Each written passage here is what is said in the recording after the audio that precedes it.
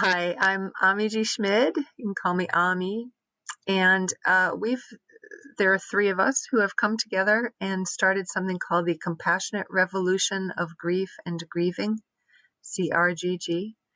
And we are now in the process of about to start course one, which is release stress, heal trauma, accept loss, allow grief. Mhm. And there are three of us facilitating this amazing course, and I happen to be interviewing one of them right now, Jonas Cain. Welcome, Jonas. Thank you so much, Ami. It's great to be here.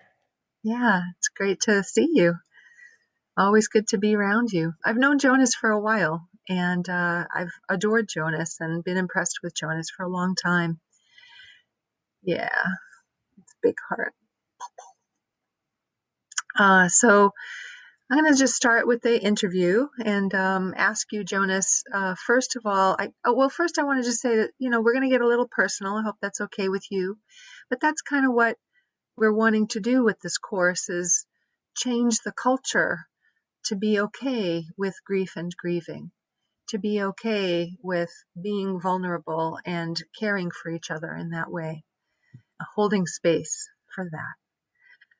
So I'm going to ask you some things that might feel a little personal, and I hope you don't mind. And just answer however it feels comfortable for you. Absolutely. All right. So I'm curious first. Um, what is your relationship with grief and grieving? So my relationship with grief and grieving is, we all have our experiences at some point with grief and the grieving process, but my big one started in 2017, where I lost someone very, very close to me. Her name was Stephanie, and uh, I had known her for 8 years. I had been in love with her for 8 years. We had just gotten engaged to be married. And one day, it was a week later, a week to the day after we got engaged, she went to sleep and never woke up. And it turned my world upside down because I was a I was a young guy. I'm a young guy now. I was a younger guy then. I was 24. I'd never, yes, I'd experienced the death of people close to me, but that that loss was not only the loss of someone close to me and someone I had it passed with, but the loss of uh, hope for a future with. So it really turned my world upside down. And I didn't have the tools and resources to really process and handle it. And so I was convinced that I was going to die from a broken heart.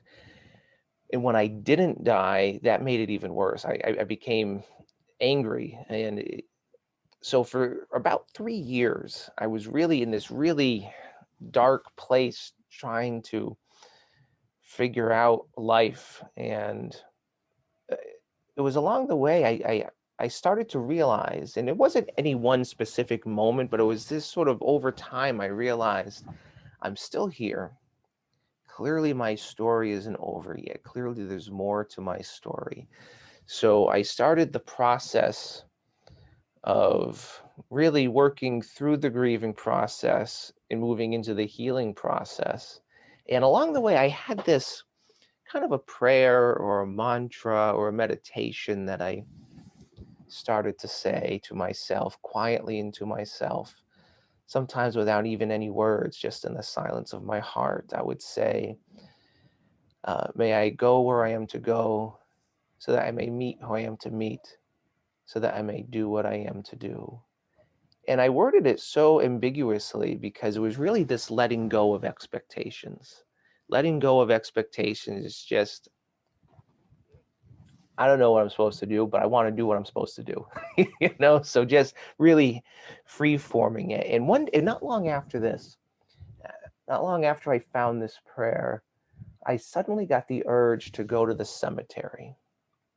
And I hadn't been to the cemetery to see Stephanie in a while because I was in a good place. There was a time I was there almost every day, spending several hours just crying or sitting in silence or just whatever. But at that point I hadn't been in a while, feeling good. But that day I just got this urge to go. So I was like, okay, go where I am to go. I'm going to go. And as I was driving there, just before I got to the cemetery, I got a phone call. So I'm on the phone. I'm driving to the cemetery. I'm pulling in, and just as I pull into where the spot where I always park, I saw this woman walking around in the cemetery, just sort of like looking at all the graves, um, and I thought it was striking that this person looks just like Stephanie. And I was like, well, clearly it can't be Stephanie unless it's a ghost. So at this point, I'm not even listening to the person on the phone, but then all of a sudden, the phone cuts out. So I just get out of the car and I'm walking closer to this person very slowly, and then the person looks up at me, and I realize, oh, that's not Stephanie. That's her sister, who I hadn't seen since the funeral. She lives thousands of miles away, and she looks up at me and she says, Jonas, I haven't been here since the funeral. I've been praying to Stephanie to help me find her, and she sent you.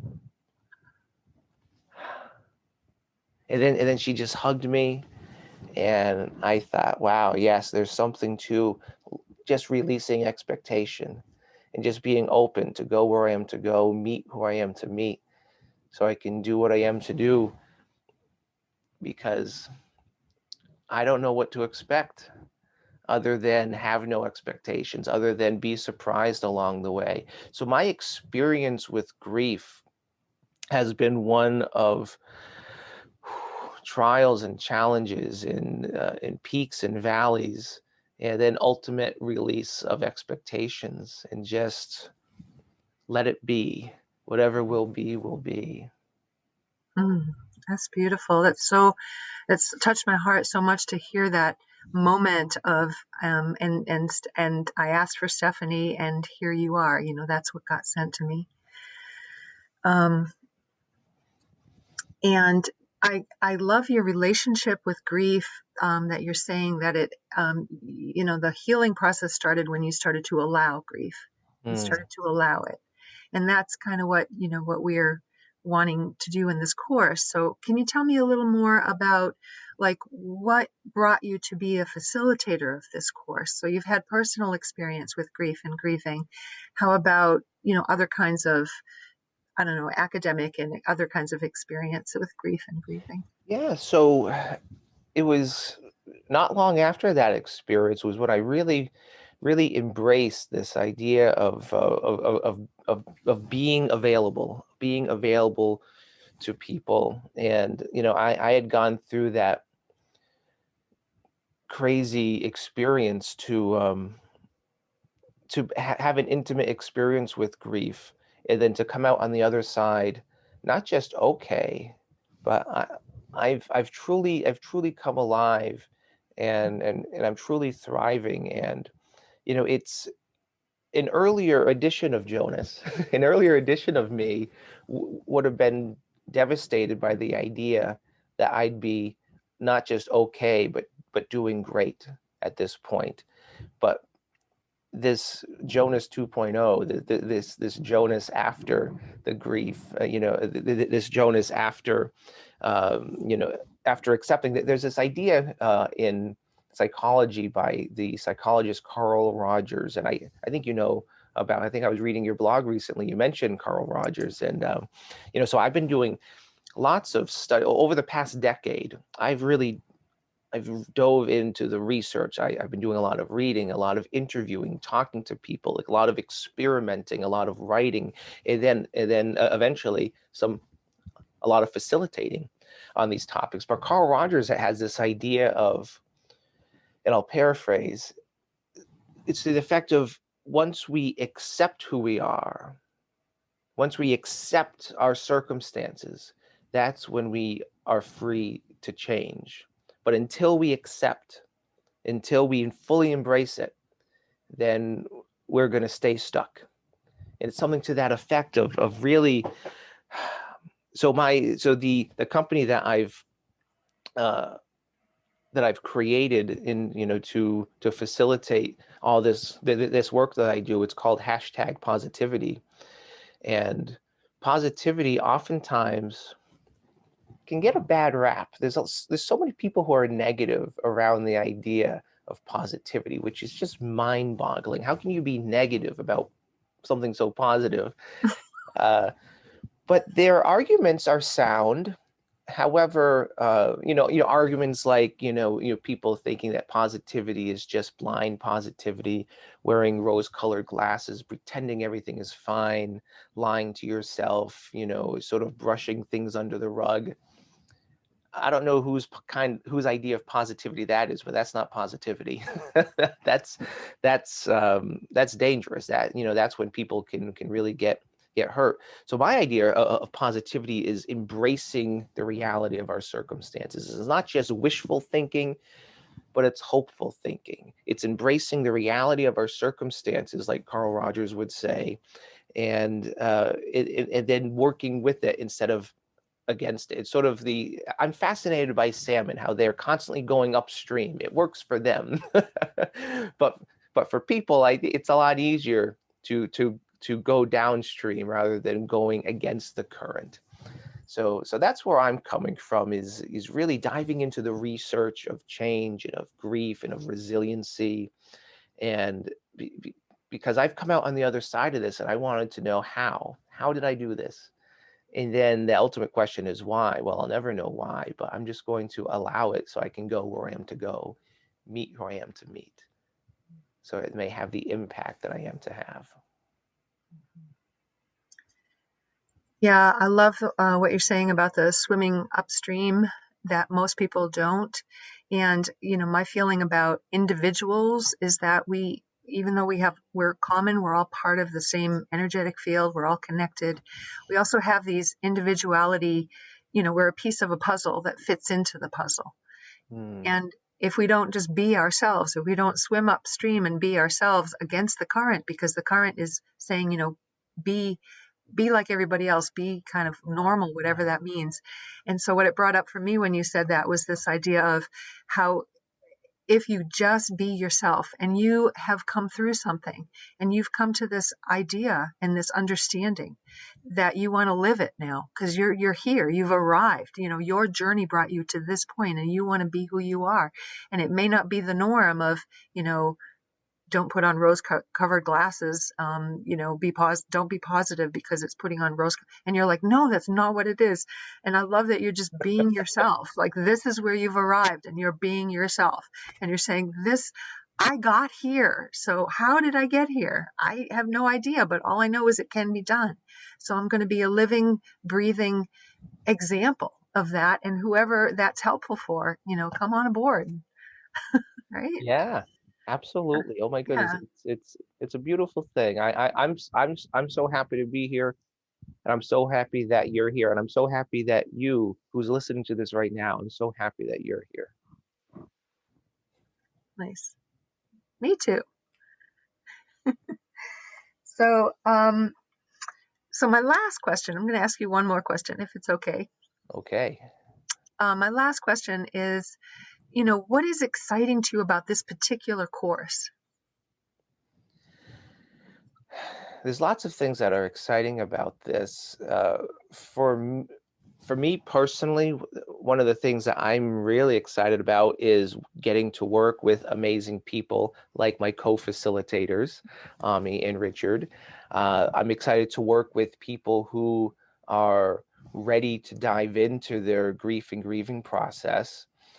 I'm excited to be able to share tangible tools and practices that people can use, because these are things that I didn't have when I was going through my process. And that's not to say that it wouldn't have hit me as hard, but it is to say that they would have been helpful. If you're drowning, it's good to have a life jacket.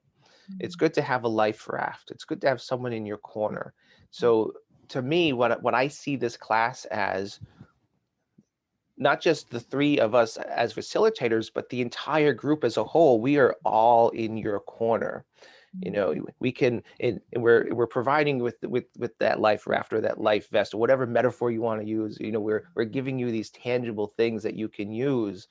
And the beautiful thing is we're to be providing so much information, so many resources.